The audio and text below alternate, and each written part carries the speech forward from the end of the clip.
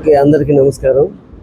మరి వైద్య ఆరోగ్య శాఖలో 39 సంవత్సరాలుగా నేను పనిచేశాను. ప్రతి వ్యక్తి నాకు సహకరించి అన్ని విషయాలలోనూ ఏ ప్రోగ్రాం అయినా సరే నా కింది స్థాయి ఉద్యోగులందరూ పనిచేసి నాకు మంచి పేరు తెచ్చారు. అనంతపురంలో నేను మంచిగా పనిచేశానంటే అందరూ నాకు ఎంతో సహకరించారు.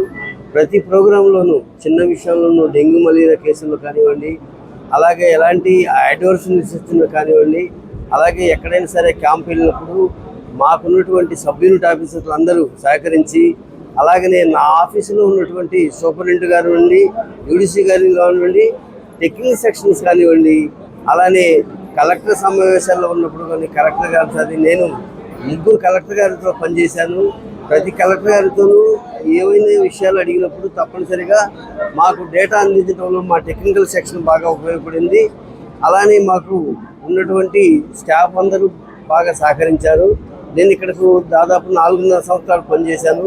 ప్రతి వ్యక్తి నాకు సహకరించి నాకు ఉన్నటువంటి ఈ స్థానంలో ఉన్నటువంటి పొజిషన్లో వాళ్ళందరూ సహకరించడం వల్ల నేను విజయవంతంగా అనంతపురంలో పనిచేయగలిగాను.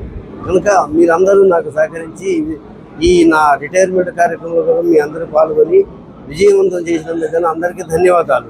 హెల్త్ జీవితం అంటే ముఖ్యంగా ఏ విద్యార్థి అయినా సరే రిటైర్మెంట్ తర్వాత హెల్త్ అనేది ముఖ్యం. ప్రతి వ్యక్తికి నేను చెప్పేటువంటిది ఇదే. అంటే ఆయురారోగ్యాలు ఆయురారోగ్యం అంటే సంపద ఉన్నట్టు. సంపద అంటే మనం ఉంచుకోవడం కాదు, కానీ ఆరోగ్యంగా ఉన్నట్టయితే సంపద మన పక్కనే ఉన్నట్టే. కనుక ఆరోగ్య విషయంలో ప్రతి వాళ్ళు తగు జాగ్రత్తలు తీసుకొని ఆరోగ్యంగా ఉన్నట్టయితే మనం తర్వాత జీవితం బాగా గడిపి ఎంత సంతోషంగా ఉంటామని నా అభిప్రాయం.